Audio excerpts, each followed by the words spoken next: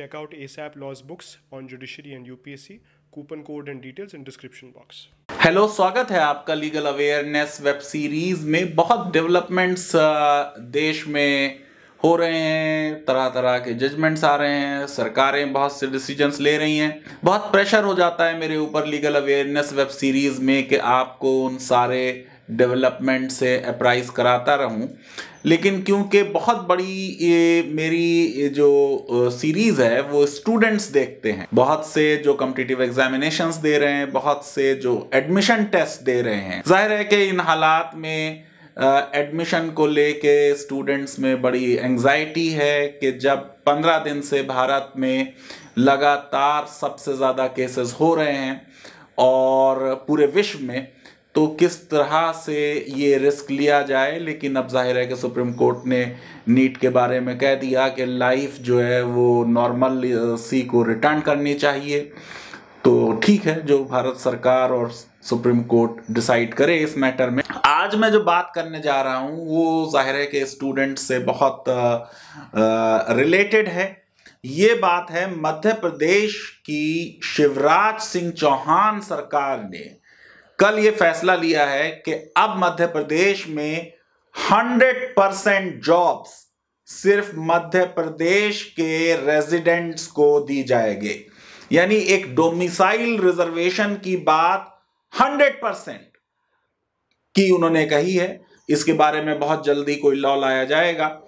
कमलनाथ जी ने, जो कांग्रेस के चीफ मिनिस्टर थे मध्य प्रदेश के, उन्होंने कहा था कि 80% जॉब्स प्राइवेट सेक्टर में मध्य प्रदेश के लोगों को दिए जाए। अभी पिछले साल जो आंध्र प्रदेश के चीफ मिनिस्टर हैं, बहुत यंग डायनामिक जगन, उन्होंने लॉ पास किया कि 75% जो जॉब्स हैं वो देने होंगे लोकल आंध्र प्रदेश के लोगों को। कई स्टेट्स में इस तरह के रिजर्वेशंस हैं। कर्नाटका में कुछ परसेंटेज हो गई, उत्तराखंड में कुछ परसेंटेज हो गई, महाराष्ट्र में कह दिया उन्होंने कि 15 साल जो वहां रहे हों उनके लिए होंगी। एक और तरीका कई स्टेट्स ने निकाला है और स्टेट्स के लोगों को ना आने देने के लिए कि जो वो लोकल लैंग्वेज है, उस लोकल लैंग्वेज को जानना या उस लोकल लैंग्वेज का कोई पेपर कॉम्पिटिटिव एग्जामिनेशन में रख देना। अब इन सारी चीजों से जो वो एक नारा है कि एक देश एक विधान, वो कंप्रोमाइज होता। कश्मीर में अभी लॉ जो बना है उनका, उसमें ये बात आ गई कि साहब 100% रिजर्वेशन जो होगा वो कश्मीर के डोमिसाइल लोगों को होगा। अब आप ये समझिए कि ये जो हमारे शिवराज सिंह चौहान है बीजेपी के हैं। बीजेपी की पोजीशन जो है वो हमेशा से एक देश एक विधान की रही है। बीजेपी आर्टिकल 35A को इसीलिए अपोज करती रही क्योंकि वो ये कहते थे भाई कश्मीर में जो ये इनकी परमानेंट रेजिडेंट की डेफिनेशन है बहुत डिस्क्रिमिनेटरी है, पूरे देश के लोगों को इसमें रोका जा रहा है। तो कहीं ना कहीं मुझे इसमें लगता है कुछ हिपोक्रेसी का मामला है। लेकिन हम लीगैलिटी की बात करेंगे। प्रधानमंत्री जी ने अभी नारा दिया था कि हम लोकल को वोकल बनाएं, तो कई स्टेट्स इस तरीके से लोकल को वोकल बना रही हैं कि वो अब दूसरे प्रदेशों के लोगों को अपने यहां नौकरियां नहीं देंगी। 29 जून 2017 में दिल्ली असेंबली ने पास कर दिया था ये रेजोल्यूशन कि 85% सीट्स दिल्ली यूनिवर्सिटी में उन लोगों को मिलेगी जो दिल्ली से पास किए होंगे। नेशनल लॉ यूनिवर्सिटी दिल्ली ने 50% रिजर्वेशन अभी 2020 में कर दिया दिल्ली के पास आउट लोगों के लिए। हाई कोर्ट में उसको चैलेंज किया गया, बलविंदर संगवान ने चैलेंज किया और हाई कोर्ट ने स्टे कर दिया कि ये किसी अथॉरिटी ऑफ लॉ पे बेस नहीं है। बेंगलोर के लिए कर्नाटका की गवर्नमेंट ने पास किया है कि जो national law school of India university है उसमें 25% रिजर्वेशन कर दिया जाए। बार काउंसिल ऑफ इंडिया ने इसे चैलेंज किया है कि हमें कंसल्ट नहीं किया गया और वो कर्नाटका हाई कोर्ट गए हैं। इसको अभी दिल्ली हाई कोर्ट में चैलेंज किया गया था तो दिल्ली हाई कोर्ट ने कहा कि भाई ये ज्यूरिसडिक्शन का मामला है, हम दिल्ली में इस केस को नहीं देखेंगे।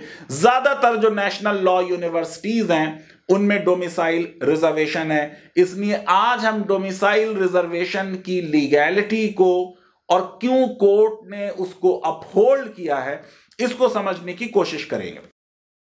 आइए जरा सबसे पहले ये समझ लीजिए कि भारत के संविधान में एक अनुच्छेद 15 है, आर्टिकल 15, जो ये कहता है कि स्टेट अपने किसी सिटीजन के अगेंस्ट डिस्क्रिमिनेट नहीं करेगी only on the basis of religion, race, caste, sex and place of birth. 5 grounds हैं, प्रोहिबिटेड ग्राउंड्स, जिनके बेसिस पे स्टेट डिस्क्रिमिनेट नहीं कर सकती। ये जो शब्द है प्लेस ऑफ बर्थ, ये इस आर्टिकल में, जो ओरिजिनली आर्टिकल 9A था, सैयद अब्दुल रऊफ जो संविधान सभा के मेंबर थे, उनके सजेशन पे इंक्लूड किया गया। फिर आर्टिकल 16 है जो इक्वालिटी ऑफ अपॉर्चुनिटी की बात करता है in public employment and related matters. उसमें जाहिर है कि प्रमोशन भी आ जाएंगे, सीनियरिटी और सैलरी भी आ जाएगी। और वहां पर शब्द ऐड हो जा रहा है एक और, इनफैक्ट 2 शब्द ऐड हो जाते हैं, डिसेंट और रेजिडेंस। और ये शब्द रेजिडेंस जो ऐड हुआ है, ये हुआ है सजेशन पर जसपत राय कपूर। तो जब से भारत का संविधान बना, रिजर्वेशन को लेके एक बड़ी इमोशनल हीटेड डिबेट होती रही। मैंने सैकड़ों लेक्चर्स दिए अपने जीवन में, लेकिन सबसे मुश्किल लेक्चर मैंने रिजर्वेशन पे दिया दून स्कूल में, देहरादून में। तो हमारे यहां पहले से 19वीं सेंचुरी से कुछ ना कुछ रिजर्वेशन की बात होती रही। पहले SC ST की हुई, फिर OBC की हुई, फिर डोमिसाइल रिजर्वेशन की होती रही, और अभी आपने देखा लोकसभा इलेक्शन से पहले 10% रिजर्वेशन अब अपर कास्ट के जो इकोनॉमिकली बैकवर्ड लोग हैं उनके लिए हो गई है। जबकि सुप्रीम कोर्ट का जजमेंट था Janaki Prasad versus state of Jammu and Kashmir 1973 का, जिसमें उन्होंने कहा था कि पॉवर्टी जो है वो बेसिस नहीं हो सकती है बैकवर्डनेस का। और मैं आपको बता दूं कि जितनी रिजर्वेशन पॉलिसीज का अनाउंसमेंट हुआ है वो सब इलेक्शन से रिलेटेड है। या तो जनरल इलेक्शन से पहले होगा, या कोई बहुत मेजर बाई इलेक्शन से पहले होगा। मंडल कमीशन का अनाउंसमेंट हुआ था जब PV नरसिम्हा राव जो थे वो अपना इलेक्शन लड़ने वाले थे। कोई प्रधानमंत्री हारता नहीं है, लेकिन उस समय वो बात आई थी। फिर आप देख लें कि अभी जो ये मध्य प्रदेश में इलेक्शन होने वाला है, जो ये सरकार बनी है, ये 27 कांग्रेस के MLAs को डिफेक्ट करा के, सरकार गिरा के इनकी सरकार बनी है। अब ये 27 लोगों को सितंबर के एंड तक मेंबर बनना जरूरी है, 6 महीने के अंदर अंदर। कई उसमें से मंत्री बन गए, तो हो सकता है कि ये भी एक इलेक्शन का लुभाने वाला अनाउंसमेंट हो। जो पहला केस इसमें हुआ वो मध्य प्रदेश से हुआ, 1955 का है, DP Joshi versus state of Madhya Bharat. संविधान बेंच के सामने गया, 4-5 से जजमेंट हुआ। जस्टिस जगन्नाथ दास जो थे उन्होंने डिसेंटिंग जजमेंट दिया। और मुद्दा क्या था? इंदौर का medical college, Mahatma Gandhi memorial medical college, पहले ये प्राइवेट कॉलेज था, फिर स्टेट ने टेक ओवर कर लिया। जब स्टेट ने टेक ओवर किया तो उन्होंने कहा जो मध्य भारत के नहीं हैं उनके लिए कैपिटेशन फी होगी, और इस फी को चैलेंज किया गया, इस डिस्टिंक्शन को चैलेंज किया गया। और कोर्ट जो थी उसने ये कहा कि प्लेस ऑफ बर्थ और रेजिडेंस यानी डोमिसाइल, ये अलग अलग कंसेप्ट है। दरअसल डोमिसाइल जो है ये प्राइवेट इंटरनेशनल लॉ का सबसे बड़ा कंसेप्ट है। प्राइवेट इंटरनेशनल लॉ के तहत आपका एक कंट्री ऑफ बर्थ होता है, एक कंट्री ऑफ रेजिडेंस होता है, और जो कंट्री ऑफ रेजिडेंस होता है वो डिसाइड करता है आपके ऊपर कौन सा लॉ लगेगा, यानी सिस्टम ऑफ लॉ कौन सा ऑपरेट होगा, ये आपके रेजिडेंस से तय होता है। पर्सनल लॉ कौन सा आपके ऊपर लगेगा, मैरिज का, सक्सेशन का, डिवोर्स का, उससे रिलेटेड है। और प्लेस ऑफ बर्थ वो है जहां पे आप पैदा हुए हैं। जरूरी नहीं है कि आप जहां पैदा हुए हैं वहीं पर रहें, आप हो सकता है कहीं और चले जाएं और उस जगह पे वो आपका प्लेस ऑफ रेजिडेंस बन जाएगा। तो यहां सुप्रीम कोर्ट ने कहा कि संविधान जो है वो आर्टिकल 15 में प्रोहिबिट करता है प्लेस ऑफ बर्थ के नाम पर डिस्क्रिमिनेशन, न के रेजिडेंस के नाम पर। इसलिए ये जो मध्य भारत का डिसीजन है ये सही है डिसीजन। उसके बाद कई जजमेंट होते रहे। State of UP versus Pradeep Tandon का जजमेंट है 1975 का, जहां पे फिर ये बात कही गई कि भाई जॉब में तो बिल्कुल प्लेस ऑफ बर्थ के बिना पर हम मानेंगे नहीं बात कि आप कोई डिस्क्रिमिनेशन करें, उसको स्ट्रक डाउन किया जाएगा। ऐसे ही एन वसुंधरा का जजमेंट हुआ वर्सेस स्टेट ऑफ मैसूर। फिर R Rajendran versus state of Madras का जजमेंट हुआ। फिर Pradeep Jain versus union of India, बहुत बड़ा जजमेंट था ये। और इसमें फिर कोर्ट ने कहा कि जो डोमिसाइल रिजर्वेशन है उसके दो जस्टिफिकेशन। एक जस्टिफिकेशन कोर्ट ने ये लिया कि भाई ये जो स्टेट गवर्नमेंट्स हैं जहां पे वो इंस्टीट्यूशन है वो फाइनेंशियल असिस्टेंस देती है। ये देखिए ज्यादातर जो ये जूरिस्प्रूडेंस डेवलप हो रहा है ये मेडिकल के एडमिशंस के लिए हो रहा है, डेंटल के एडमिशंस के लिए हो रहा है, ये जॉब से रिलेटेड नहीं हो रहा है। अभी जो ये शिवराज सिंह चौहान का और जगन का और कमलनाथ का और कई लोगों के जो डिसीजंस हैं ये जॉब्स के लिए हो रहे हैं। और आपको मालूम है जॉब्स आर्टिकल 16 में आएगा जहां रेजिडेंस भी एक प्रोहिबिटेड ग्राउंड है। लेकिन यहां कोर्ट ने यह कहा कि ये जो इंस्टीट्यूशंस हैं, मेडिकल कॉलेजेस हैं, यूनिवर्सिटीज हैं, नेशनल लॉ यूनिवर्सिटीज को भी समझ लें उसमें, ये सब के सब में ये इस तरह का रिजर्वेशन जस्टिफाई किया जा सकता है क्योंकि जो राज्य की सरकार है वो फाइनेंशियल असिस्टेंस देती है। और उसके पास पैसे कहां से आते हैं? राज्य सरकार के पास पैसे आते हैं जो उस राज्य में लोग रहते हैं उनके टैक्स से। इसलिए उन्होंने ये कहा कि ये इसका एक क्लासिफिकेशन वहां के रहने वाले और बाहर वाले, ये सही है, इंटेलिजिबल डिफरेंशिया पे है, इसकी एक रैशनल नेक्सस है, इसका एक रैशनल ऑब्जेक्ट है अचीव करने के लिए। और उन्होंने कहा इसमें लिजिटिमेट स्टेट इंटरेस्ट है कि स्टेट अपने बॉर्डर्स के अंदर अंदर एजुकेशन को प्रमोट करे।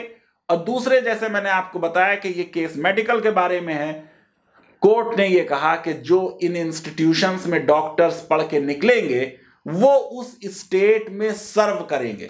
ऐसा कोई सर्वे रिसर्च आज तक हुई नहीं कि जो इन इंस्टीट्यूशंस में पढ़ते हैं, डोमिसाइल रिजर्वेशन का बेनिफिट लेते हैं, क्या वो अपनी ही स्टेट में रहते हैं या कहीं और चले जाते हैं। अब एक संविधान के टीचर की हैसियत से एक बात कहना चाहता हूं कि ये फॉर्मल इक्वालिटी के कंसेप्ट पे ये जजमेंट इस पॉइंट पे पहले वाला जस्टिफिकेशन सही लगता है कि भाई ये क्लासिफिकेशन रीजनेबल है। लेकिन एक और बात होती है, एक बात होती है अनजस्ट आउटकम, उसकी तरफ ध्यान नहीं दिया जा रहा है। कुछ वैल्यूज इतनी हाई कॉन्स्टिट्यूशनल वैल्यूज हैं कि वो फॉर्मल टेस्ट से ज्यादा बड़ी हैं और उनके सिलसिले में कि जो लोग इससे डिप्राइव होंगे वो ज्यादा मेरिटोरियस होंगे, वो दूसरी स्टेट्स के होंगे और वो इन स्टेट्स में नहीं आ पाएंगे। कोर्ट ने ये आर्गुमेंट भी लिया कि भाई देखिए इन स्टेट्स के बच्चे दूसरी स्टेट्स जा नहीं पाएंगे, ट्रैवल में प्रॉब्लम होगी, ये होगा। यही बात जो है हमारे देश को समझने की जरूरत है कि कुछ राज्यों में ज्यादा अच्छे एजुकेशन इंस्टीट्यूशंस हैं और कुछ में नहीं है। जहां पर नहीं है वहां के बच्चे क्या पढ़ाई से महरूम रह जाएं? आप देखिए कि ये बात जो है ये अपने आप में सही नहीं लगती है। मैं आपको एग्जांपल दे दूं, पूरे नॉर्थ ईस्ट में असम के अलावा गुवाहाटी में जो नेशनल लॉ यूनिवर्सिटी है वो और कहीं पर नहीं है। और आपको मैं बता दूं कि ये SC ST रिजर्वेशन में भी अब ये बात एम्फेसाइज की जा रही है कि SC ST उसी स्टेट के आप लेंगे, और वो भी एक सुप्रीम कोर्ट का जजमेंट है। लेकिन सुब्रमण्यम स्वामी के केस में, CBI के मामले में, सुप्रीम कोर्ट ने जहां पे ये था कि भाई डिस्टिंक्शन है लोअर ऑफिसर हायर ऑफिसर के बीच, कि हायर ऑफिसर को डिस्क्रिशन है, लोअर को नहीं है, फॉर्मल तरीके से ये क्लासिफिकेशन सही है। लेकिन कोर्ट ने कहा करप्शन फ्री एडमिनिस्ट्रेशन ज्यादा बड़ी वैल्यू है, और इसलिए वो जजमेंट सुब्रमण्यम स्वामी के केस में हुआ। जो दूसरा जस्टिफिकेशन प्रदीप जैन में लिया, वो सुप्रीम कोर्ट ने ये कहा कि भाई एक पर्टिकुलर रीजन बैकवर्ड हो सकता है एक स्टेट में, और वो जो बैकवर्ड रीजन के लोग हैं उनका प्रेफरेंस होना अच्छी चीज है, बुरी चीज नहीं है।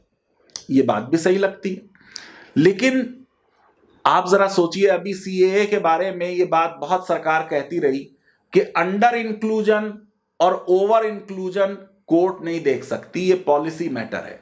सीएए के लिए ये बात कही जा रही थी कि भाई श्रीलंका में जो लोग हैं उनका प्रोसिक्यूशन हो रहा है, उनको क्यों नहीं सिटीजनशिप दी जाए, या भूटान के जो लोग हैं उनको क्यों नहीं सिटीजनशिप दी जाए। तो सरकार का जवाब यह था कि नहीं भाई, ये अंडर इंक्लूजन से आर्टिकल 14 वायलेट नहीं होता। अब पॉइंट ये है कि जो आपकी बड़ी बड़ी स्टेट्स हैं उनमें within the state diversity है, within the state disparity है। मैं यूपी से आता हूं, ईस्टर्न यूपी बैकवर्ड है, वेस्टर्न यूपी ज्यादा उसमें डेवलपमेंट हो चुका है। फिर विद इन द स्टेट गांवों में उतना डेवलपमेंट नहीं हुआ जितना शहरों में हो गया। तो जो एक इंट्रा स्टेट डिफरेंसेस हैं वो शायद सुप्रीम कोर्ट ने इसमें ओवरलुक किए, और कुछ डिस्ट्रिक्ट जहां पे ज्यादा अच्छे इंस्टीट्यूशंस हैं, अर्बन एरियाज हैं, कोचिंग सेंटर्स हैं, वहां के बच्चे एडवांटेजियस पोजीशन में हो जाएंगे और सारी सीटें उन लोगों को चली जाएगी। एक और बात देखिए, नई एजुकेशन पॉलिसी में भी आई है और अच्छी बात है कि शिक्षण संस्थानों में डाइवर्सिटी होनी चाहिए। देखिए यूनिवर्सिटीज जो हैं वो यूनिवर्सिटी इसलिए हैं कि वो पूरा यूनिवर्स लाती हैं अपने अंदर, बड़ी होती हैं।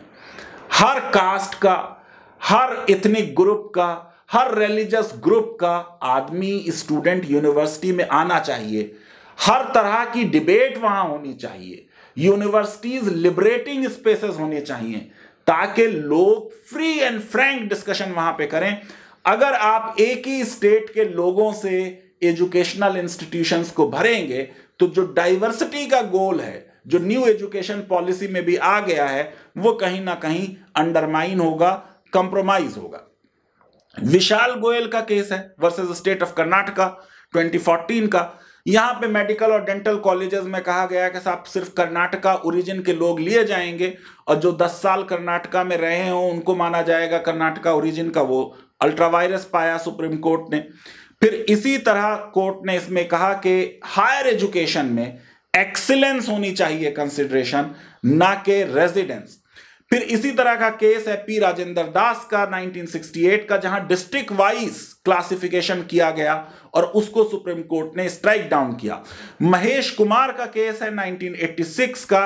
इसमें यह आर्गुमेंट लिया गया कि साहब जो हमारे रीजन्स हैं कुछ वो बैकवर्ड हैं, तो विदर्भ और मराठवाड़ा जो है ये पूरा रीजन जो है ये बैकवर्ड है, इसलिए इस यूनिवर्सिटी का ये जुरिस्डिक्शन होगा। हैदराबाद में भी ऐसा है कि ये जुरिस्डिक्शन का डिवीजन है कि उस्मानिया का ये डिवीजन है और यूनिवर्सिटीज का ये डिवीजन होगा। यहां कोर्ट ने कहा कि कोई मटेरियल उनके सामने प्रोड्यूस नहीं किया गया जिससे उस पूरे रीजन को बैकवर्ड माना जाए। प्रदीप जैन का जजमेंट फिर 2004 में सौरभ चौधरी में कोर्ट हुआ, जो मैं पढ़ देना चाहता हूं। We are therefore of the view that so far as admission to postgraduate courses such as MD, MS and like are concerned, it would be eminently desirable not to provide reservation based on residence or institutional preference। ये court ने कहा, लेकिन बाद में court ने कहा कि भाई ठीक है, इंस्टीट्यूशनल प्रेफरेंस जो है वो 50% की एक्सटेंट तक हम दे रहे हैं। अब ये वाली लड़ाई एमडी एमएस की और मेडिकल की ये हो रहा है कि ऑल इंडिया टेस्ट एक एम्स करती है, कितनी सीटें नेशनल टेस्ट से आएंगी, कितनी सीटें स्टेट से आएंगी। और यहां कोर्ट ने कह दिया कि ठीक है, किसी ने अगर एमबीबीएस किसी इंस्टीट्यूशन से किया है तो एमडी एमएस में उसको वहां प्रेफरेंस दे दिया जाए। मैं ये समझता हूं कि डोमिसाइल रिजर्वेशन की पॉलिसी पर एक रीलुक होना चाहिए और उसमें डाइवर्सिटी का भी इंटरेस्ट देखे जाए और उसमें डिस्टिंक्शन भी किया जाए। जॉब्स के लिए अलग पॉलिसी है क्योंकि वो आर्टिकल 16 है। एजुकेशनल इंस्टीट्यूशंस और एडमिशंस के लिए अलग पॉलिसी है क्योंकि वो आर्टिकल 15 है। लीगल अवेयरनेस वेब सीरीज आपको पसंद आती है तो मेरी रिक्वेस्ट है कि हमारे इस वीडियो को वाइडली शेयर करें और हमारे चैनल को सब्सक्राइब करें और बेल आइकन जरूर क्लिक करें। बहुत बहुत शुक्रिया, धन्यवाद, थैंक यू वेरी मच।